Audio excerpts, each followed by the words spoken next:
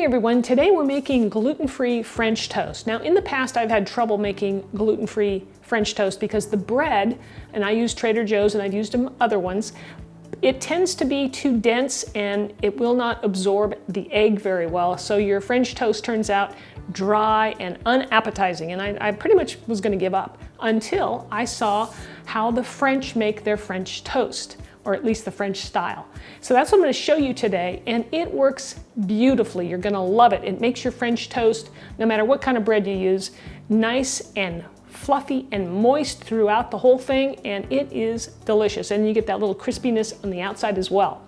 So I'm Rockin' Robin, and I'm going to show you how to do it right after this. Now the French use day-old French bread, but we're going to use our gluten-free bread, but you could do that, and that's why this technique works so well with that stale French bread. So here's the secret. We're going to take some milk. I'm using whole milk here, and I'm going to pour about a tablespoon per slice of bread, give or take a bit, depending on the size of your bread, right?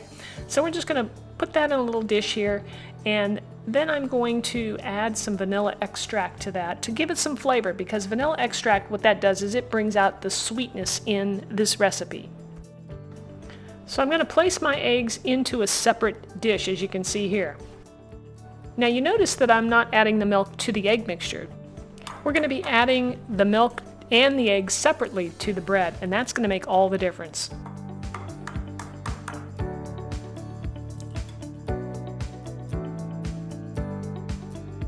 Let's give that a whisk with our fork and really mix it up so it's very well combined. Now with my French toast, I like a little bit of maple syrup, and I'm using the real stuff here, as you'll notice.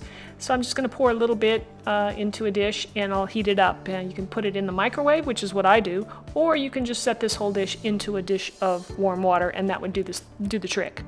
So I'm taking my milk here with a little vanilla extract, and you want to put a tablespoon's worth all over the piece of bread, and you want to make sure you get the edges because you want those to be nice and tender as well.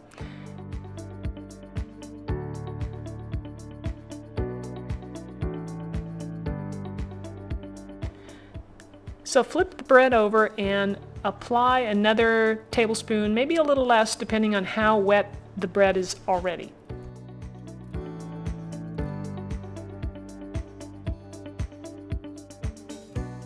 Once we're done with the milk coating, now we're going to move into the egg coating. So now I'm going to take the egg and just do the same thing. I'm just going to spread it over each piece, but only on one side.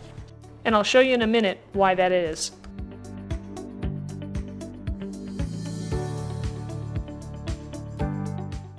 And now we're ready to toss these in the pan. So I have my frying pan here over medium-low heat, and I'm placing some butter in the pan to coat the bottom. So let's place our French toast egg side down into the pan.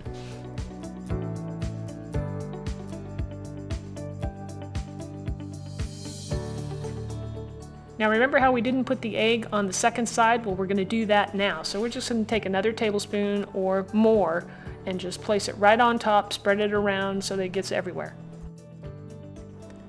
Now you may have to turn the heat up just a bit. Sometimes I do that when it's a little bit slow after you put all the toast in the pan. It tends to cool it down, and sometimes you need to turn it up. But just watch it close.